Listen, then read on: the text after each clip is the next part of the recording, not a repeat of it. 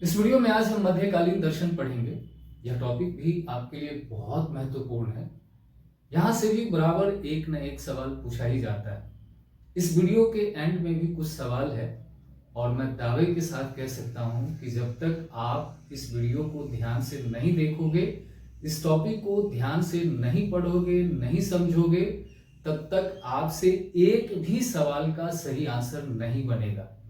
और एक बात का और ध्यान रखना, जैसा सवाल आप अभी सॉल्व करोगे बहुत संभव है एज इट इज सवाल आपसे एनटीए की परीक्षा में पूछा जाएगा। मैंने जितने भी क्वेश्चन आंसर बनाए हैं उसमें से बहुत सारे सवाल एज इट इज एनटीए की परीक्षा में पूछ लिए गए हैं। तो ध्यान से इसको पढ़ना और उस सवाल को हल करना। एक भी सवाल रटाफिकेशन वाला नहीं है, सारे सवाल कॉन्सेप्चुअल है। जब तक आपको टॉपिक की समझ नहीं होगी आप सवाल नहीं बना पाओगे। आपको लग रहा होगा कि 5 दर्शन है, रट लेंगे और फिर इससे रिलेटेड जो भी सवाल पूछेगा हम बना लेंगे, नहीं बनेगा। चलो देखते हैं। सबसे पहले है अद्वैतवाद। इसके प्रवर्तक आचार्य हैं शंकराचार्य। आपको मालूम ही है, प्रवर्तक आचार्य में समस्या नहीं है। आपको सभी दर्शन के प्रवर्तक आचार्य का नाम मालूम होगा, मालूम होना चाहिए। आप रट लेना, रटाफिकेशन वाला ही है, उसमें कोई दूसरा लॉजिक नहीं लगाना, आपको रटना ही पड़ेगा। मेन बात है जो यहाँ पे आपको दिखाई दे रही है, ये इसी को समझना है। सबसे पहले आपको प्रत्येक दर्शन का जो बीज वाक्य है वह याद हो। और अद्वैतवाद का बीज वाक्य क्या है? ब्रह्म सत्य जगत मिथ्या। यानी ब्रह्म सत्य है और जगत मिथ्या, अर्थात ब्रह्म ही सत्य है और सारा जगत मिथ्या है। तो इसे आप जरूर याद रखना। उसके बाद लिखा है आत्मा परमात्मा वस्तुतः एक ही है।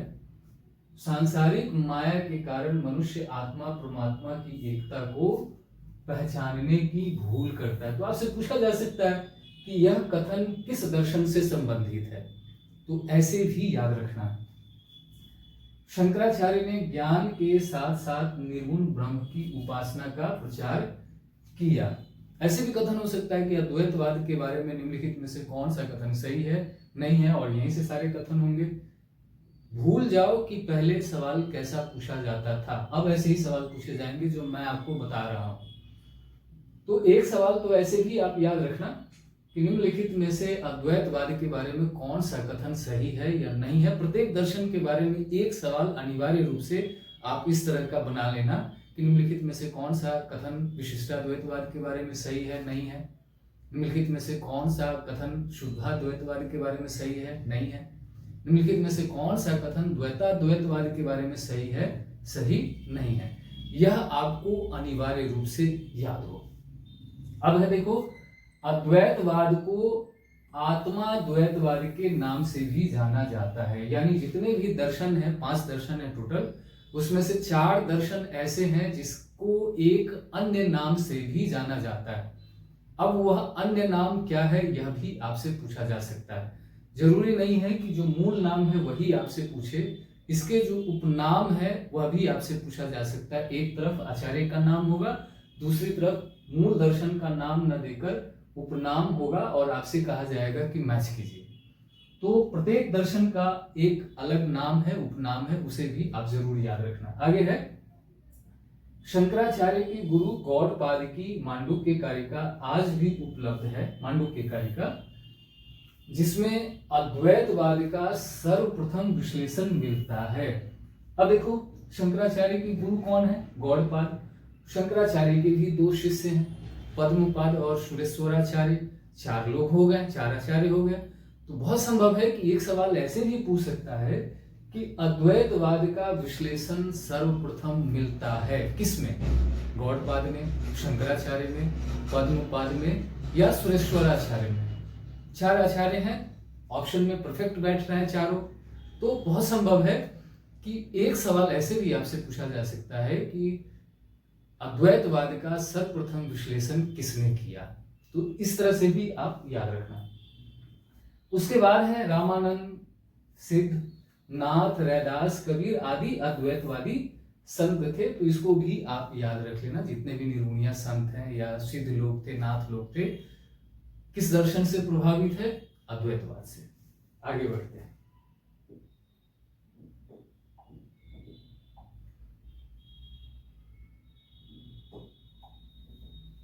अब है द्वैताद्वैतवाद। प्रवर्तक आचार्य आप याद रख लेना, उस पर हम बात नहीं करेंगे। इसका बीज वाक्य देखो क्या है, संसार ब्रह्म से भिन्न भी है और अभिन्न भी। यह आपको एकदम रटा हुआ। प्रत्येक दर्शन की जो मूल परिभाषा है उसे ही मैंने बीज वाक्य कहा है, आपको अनिवार्य रूप से याद हो। इसलिए इस मत को द्वैत और अद्वैत दोनों भी कहा जाता है।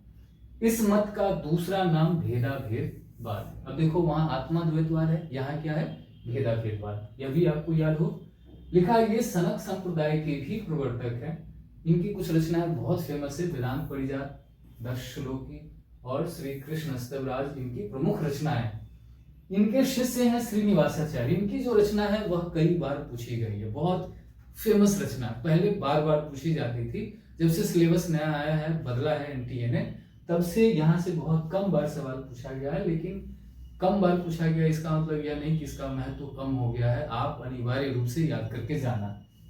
तो श्रीनिवासाचार्य इनके शिष्य थे। इन्होंने इस रचना वेदांत परिजात की टीका लिखी। वेदांत परिजात की टीका लिखी किस नाम से, वेदांत कौस्तुभ के नाम से। और यही बहुत महत्वपूर्ण, वीवीआई के जोन में आप इसको रख करके चलना, वेदांत कौस्तुभ को नाम से लिखी। यह रचना बहुत प्रसिद्ध है। इस मत के अनुसार जीव अंश है और ब्रह्म अंश है। यह आप जरूर याद रखना।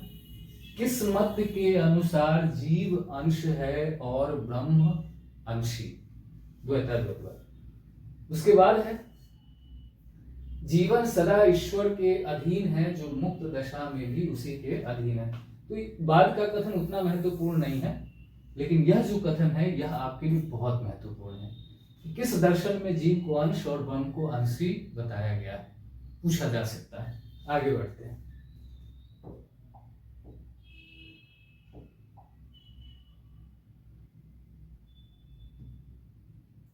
अगला दर्शन है विशिष्टाद्वैतवाद। तीसरा है विशिष्टाद्वैतवाद। देखिए हम क्रम से ही आगे बढ़ रहे हैं, कोई आगे पीछे नहीं है। जिस क्रम से मैं आपको बता रहा हूं वही क्रम फॉलो करना, क्योंकि दर्शन का क्रम भी पूछा जाता है। तो सबसे पहले पढ़ा अद्वैतवाद, फिर द्वैताद्वैतवाद, अब है विशिष्टाद्वैतवाद। इसका बीज वाक्य क्या है, यानी इसकी परिभाषा क्या है।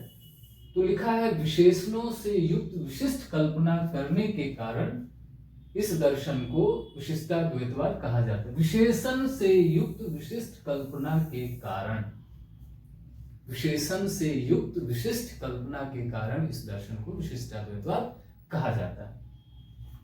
इस दर्शन के दो उत्स हैं, संस्कृत वेद और तमिल वेद। इन दोनों वेदों के आधार पर इन्होंने अपने दर्शन का प्रतिपादन किया था, इसलिए इनके दर्शन को उभय वेदांत के नाम से भी जाना गया या जाना जाता है।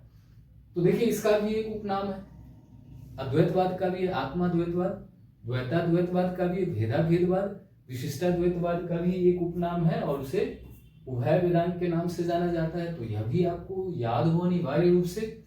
उसके बाद है विशिष्टाद्वैतवाद के अंतर्गत भक्ति मार्ग, ज्ञान मार्ग, कर्म मार्ग और उपासना मार्ग का सुंदर समन्वय कर प्रपत्ति मार्ग की प्रतिष्ठा करके एक नए वैष्णव मत का प्रतिपादन किया गया। प्रपत्ति मार्ग क्या है आपको मालूम होना चाहिए। प्रपत्ति का मतलब होता है समर्पण कर देना। जब हम ईश्वर भक्ति की ओर प्रवृत्त होते हैं तो हम सरेंडर बोल देते हैं, भगवान के सामने आत्मसमर्पण कर देते हैं कि अब जिंदा रखो या मार दो, सब तुम्हारे हाथ में है। इसे हम प्रपत्ति मार्ग कहते हैं। अगला है जैसे नीलत्व और कमल साथ साथ रहते हैं, यानी जो नील कमल है उस कमल से आप नीलत्व को अलग नहीं कर सकते। अपने नीलत्व के कारण ही कमल विशिष्ट या सुंदर जान पड़ते हैं, दिखाई पड़ते हैं, रहते। वैसे ही विशेषण और विशेष्य दोनों साथ साथ रहते। एक और एग्जाम्पल, राम जी सुंदर है, अब सुंदरता को राम से आप अलग नहीं कर सकते, साथ में ही रहेंगे। तो विशेषण से युक्त विशिष्ट कल्पना के कारण इस दर्शन को विशिष्टाद्वैतवाद कहा गया है, जरूर याद रखना। आगे बढ़ते हैं। अब है द्वैतवाद। इसका बीज वाक्य क्या है देखो, संसार मिथ्या नहीं है और ब्रह्म ही एकमात्र सत्य नहीं है। अब देखो यह कथन किस कथन के अगेंस्ट जान पड़ता है, दिखाई पड़ता है। तो एक कथन है ब्रह्म सत्य जगत मिथ्या। किसने कहा? शंकराचार्य। ब्रह्म सत्य जगत मिथ्या, ये क्या कह रहे हैं? संसार मिथ्या नहीं है और ब्रह्म ही एकमात्र सत्य नहीं है, यानी शंकराचार्य के मत को पलट रहे हैं, काट रहे हैं। तो लिखा हुआ है, पूछा जाता है कि कौन सा दर्शन अद्वैतवाद की प्रतिक्रिया में जन्मा, तो ये ही है द्वैतवाद। तो नेट की परीक्षा में पूछा जा चुका है कि कौन सा दर्शन अद्वैतवाद की प्रतिक्रिया में जन्मा, तो द्वैतवाद। प्रवर्तक आचार्य का नाम आप याद रखना। लिखा है इनके संप्रदाय को, ब्रह्म संप्रदाय के, इनका अपना संप्रदाय भी है, किस नाम से जाना जाता है यह आप याद रखना। 11 वर्ष की उम्र में ही इन्होंने अद्वैत मत के स्वामी अच्युत पक्षाचार्य से संन्यास की दीक्षा ली थी। तब इनका नाम जो है पूर्ण प्रज्ञ रखा गया था। 11 वर्ष की अवस्था में इनका नाम क्या था? पूर्ण प्रज्ञ। जब ये वेदांग में या वेदों में पारंगत हो जाते हैं तब इनका नाम जो है आनंद तीर्थ रखा जाता है। तो इनके 2 अन्य नाम भी है मध्वाचार्य के, पूर्ण प्रज्ञ 11 वर्ष की अवस्था वाले नाम, और आनंद तीर्थ जब यह वेदांग में पारंगत हो जाते हैं तब इनका नाम आनंद तीर्थ रखा जाता है। अद्वैतवाद के अभेद का खंडन करते हुए इन्होंने 5 नित्य भेद बताए, जो इस प्रकार है। अद्वैतवाद शंकराचार्य का दर्शन है, उसका इन्होंने खंडन किया। अब खंडन किया तो इन्होंने अपना तर्क दिया, और तर्क क्या है तो देखिए, कहते हैं ईश्वर का जीव से नित्य भेद है। ईश्वर में और मनुष्य, जीव, जीव का मतलब मनुष्य ही नहीं है, जितने भी जीव हैं सब में नित्य भेद है। भगवान मनुष्य में अंतर है, भगवान पशु में अंतर है, भगवान वृक्ष जीव जंतु में अंतर है। उसके बाद है ईश्वर का जड़ पदार्थ से नित्य भेद है। ईश्वर और घर, ईश्वर और टेबल बेंच, इन सब चीजों में पत्थर कंकड़ ईंट से तो भेद ही है, अंतर ही है। उसके बाद है जीव का जड़ पदार्थ से नित्य भेद है। आप जीव हैं, आपके हाथ में मोबाइल है, दोनों में अंतर है ना। मोबाइल जड़ पदार्थ है, जिस चेयर पर बैठे हैं जड़ पदार्थ है, जिस कुर्सी पर बैठे हैं जड़ पदार्थ है, जिस बेड पर बैठे हैं जड़ पदार्थ है, उसमें अंतर है। तो जीव और जड़ पदार्थ में अंतर है। उसके बाद है एक जीव और दूसरे जीव में अंतर है, यानी आप हैं और आपके घर में कुत्ता है, दोनों में अंतर है ना। आप और कुत्ता एक तो है नहीं कुत्ता और बिल्ली दोनों अलग है। इंसान और जानवर अलग है, इंसान और पशु पक्षी अलग है, इंसान और पेड़ अलग है तो सब जीव ही, लेकिन जीव और जीव में भी नित्य भेद होता है। उसी तरह से जड़ पदार्थ और जड़ पदार्थ में अंतर है, मोबाइल लैपटॉप में अंतर है, कुर्सी टेबल में अंतर है, बेड चारपाई में अंतर है। तो जड़ पदार्थ का ईंट और पत्थर में भी अंतर है, तो जड़ पदार्थ का भी जड़ पदार्थ से नित्य भेद होता है। तो ये 5 अंतर बताए थे मध्वाचार्य ने, वही लिखा हुआ है। इसलिए इस सिद्धांत को पंचभेद सिद्धांत के नाम से भी जाना जाता है। पूछा जा सकता है कि किस दर्शन को पंचभेद के नाम से भी जाना जाता है, तो यह भी आप याद रखना। आगे बढ़ते हैं।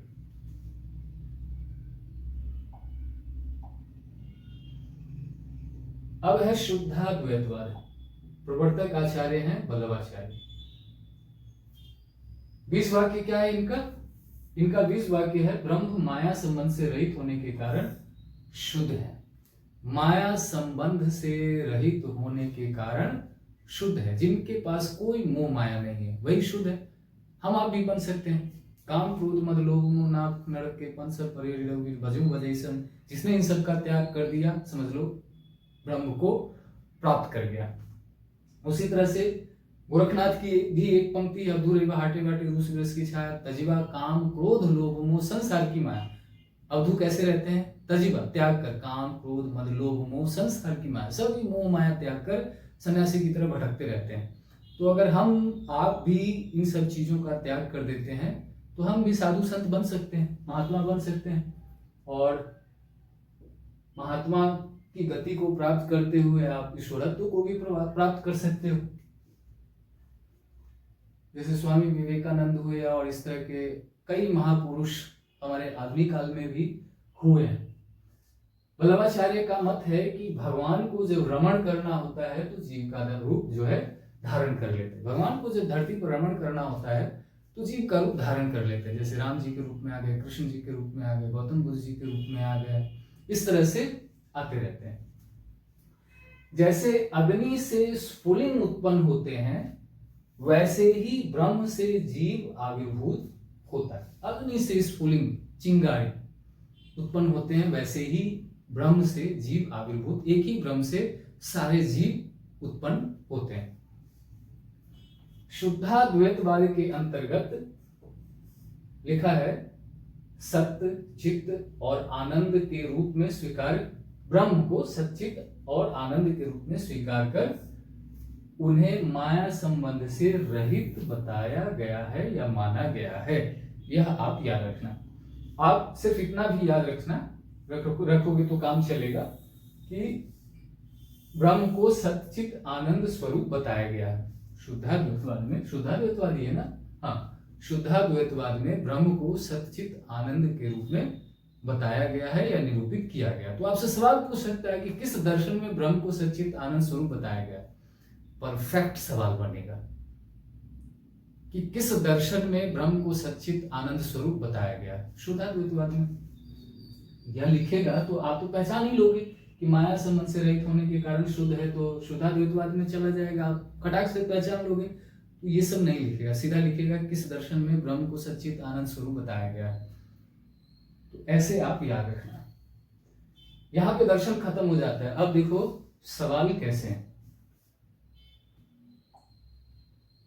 ईमानदारी से प्रत्येक सवाल का जवाब देना। मैंने आंसर हालांकि लिख दिया है, लेकिन उस आंसर से भी आप राइट ऑप्शन नहीं चुन पाओगे। एनटीए आपसे ऐसा ही सवाल पूछेगा और याद करके जाना। अगर यह वीडियो किसी टीचर ने देख लिया, दिल्ली विश्वविद्यालय से कई लोग एनटीए में जाते हैं क्वेश्चन पेपर बनाने के लिए, अगर उसने देख लिया तो एक न एक सवाल तो रहेगा। नोट करके जाना, इसको अच्छे से याद करके जाना।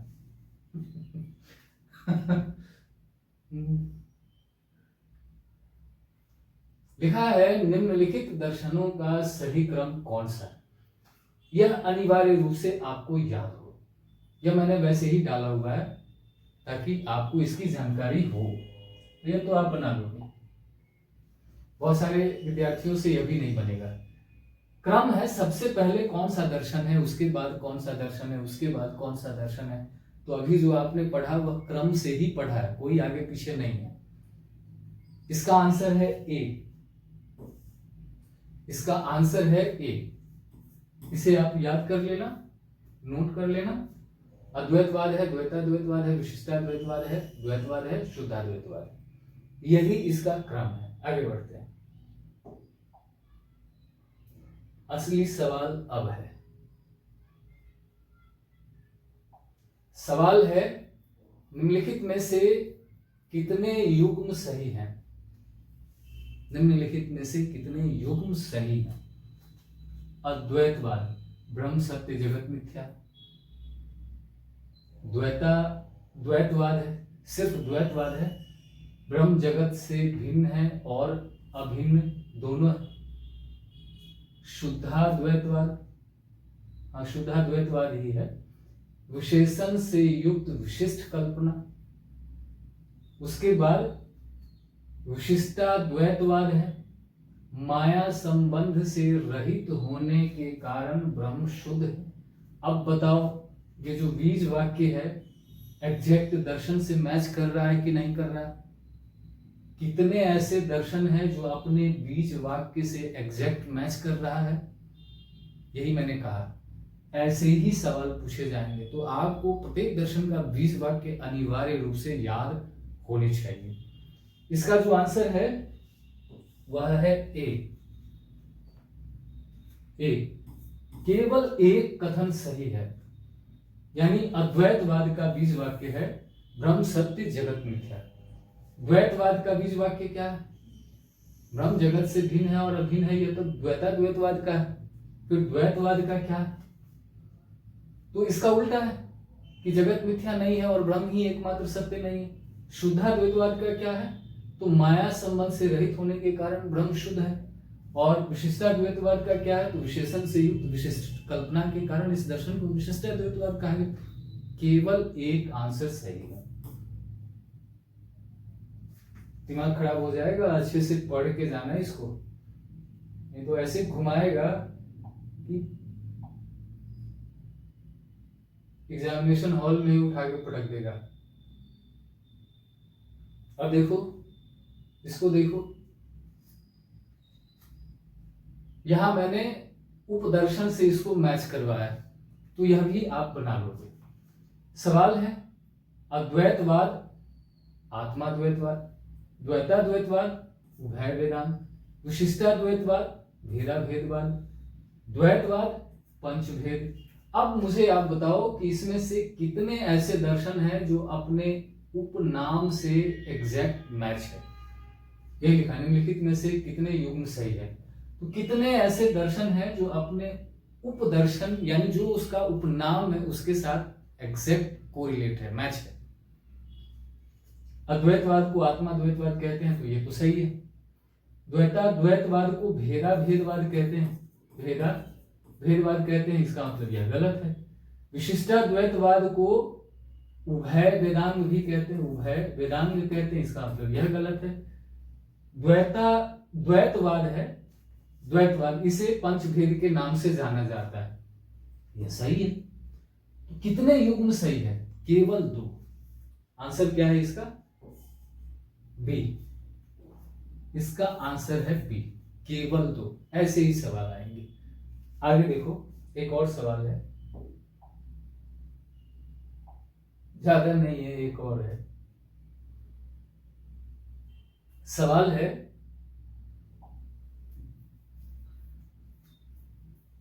निम्नलिखित में से कितने युग्म सही हैं? शंकराचार्य ज्ञान के साथ साथ निर्गुण ब्रह्म की उपासना का प्रचार किया। बताओ, शंकराचार्य ने ऐसा किया? यही होगा। इसे VVI करके मान करके जाना, याद करके जाना।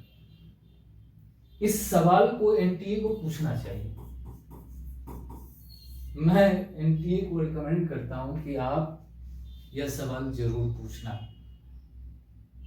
कथन जरूर चेंज कर देना, कथन मन हो तो चेंज कर देना, या आप इस कथन को भी रख सकते हो, लेकिन ऐसा सवाल दूसरा स्टेटमेंट डाल करके आप जरूर पूछना। तो शंकराचार्य के साथ मैच क्या है? ज्ञान के साथ निर्गुण ब्रह्म की उपासना का प्रचार किया। यह सही है कि गलत है, यह आपको पहचानना है।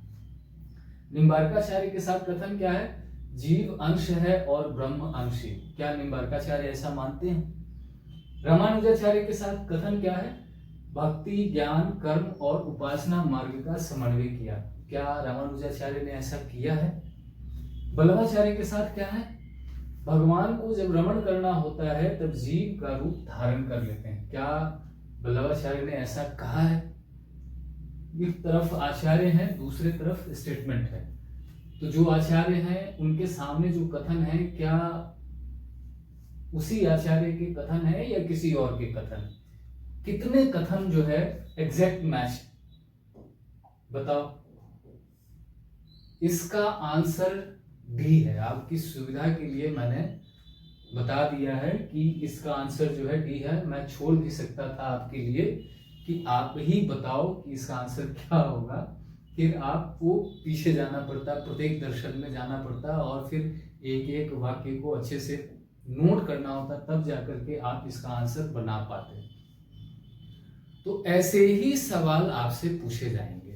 दर्शन को उपदर्शन से मैच करवाएगा। बहुत संभव है कि यहाँ पे तो हमने आचार्य का नाम लिखा है, वो पेपर में आचार्य का नाम नहीं लिखेगा, पेपर में क्या करेगा? दर्शन का नाम लिख देगा। जैसे यहाँ शंकराचार्य है, अद्वैतवाद लिख देगा, आगे सेम कथन होगा।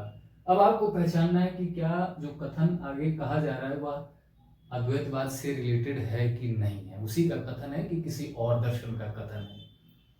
तो यहाँ तो आचार्य का नाम लिखा है, बहुत संभव है इसी कथन को, इसी सवाल को मैं एक और सवाल के रूप में बनाता तो सेम होता, बस यहाँ पे आचार्यों के नाम के स्थान पे दर्शन का नाम लिख देता।